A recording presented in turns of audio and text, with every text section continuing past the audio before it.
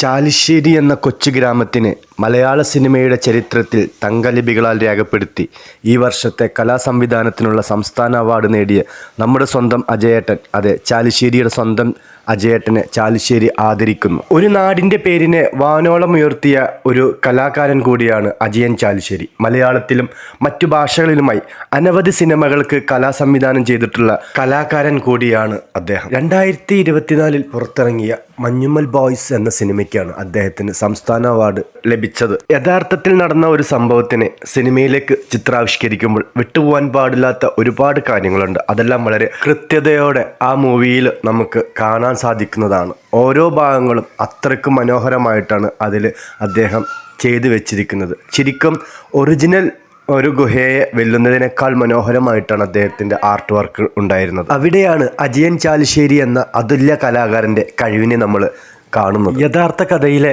മഞ്ഞുമ്മൽ ബോയ്സിലെ ഗാങ്ങും കൂടെ എത്തിയപ്പോൾ അദ്ദേഹത്തിൻ്റെ ആദരവിന് മാറ്റുകൂടി എന്ന് തന്നെ പറയാം. അദ്ദേഹത്തിനെ ആദരിക്കുന്നതിനോടൊപ്പം ചാലിശ്ശേരിയുടെ അഭിമാനവും സ്വകാര്യ അഹങ്കാരവുമായ നമ്മുടെ സ്വന്തം നാട്ടുകാരനും പ്രശസ്ത ചിത്രകാരനുമായ മണികണ്ഠൻ പുന്നക്കൽ ക്യൂറേറ്ററായിട്ട് 23ഓളം ചിത്രകലാകാരന്മാർ ഒരുമിച്ചിരുന്ന് ചിത്രങ്ങൾ രചിക്കുകയുമുണ്ടായി. ഓരോ ചിത്രങ്ങളും ഒന്നിനൊന്ന് മികച്ചതായിരുന്നു. അത്രയ്ക്കും മനോഹരമായിട്ടായിരുന്നു അവിടെ ഒരു ചിത്രരചന നടന്നിരുന്നത്. ഇനിയും വരും കാലങ്ങളിൽ അജയൻ ചാലിശ്ശേരി എന്ന അതുല്യ കലാകാരന് ഒരുപാട് അംഗീകാരങ്ങൾ അദ്ദേഹത്തെ തേടിയെത്തട്ടെ എന്ന് ഞാനും ആഗ്രഹിക്കുന്നു, ആശംസിക്കുന്നു.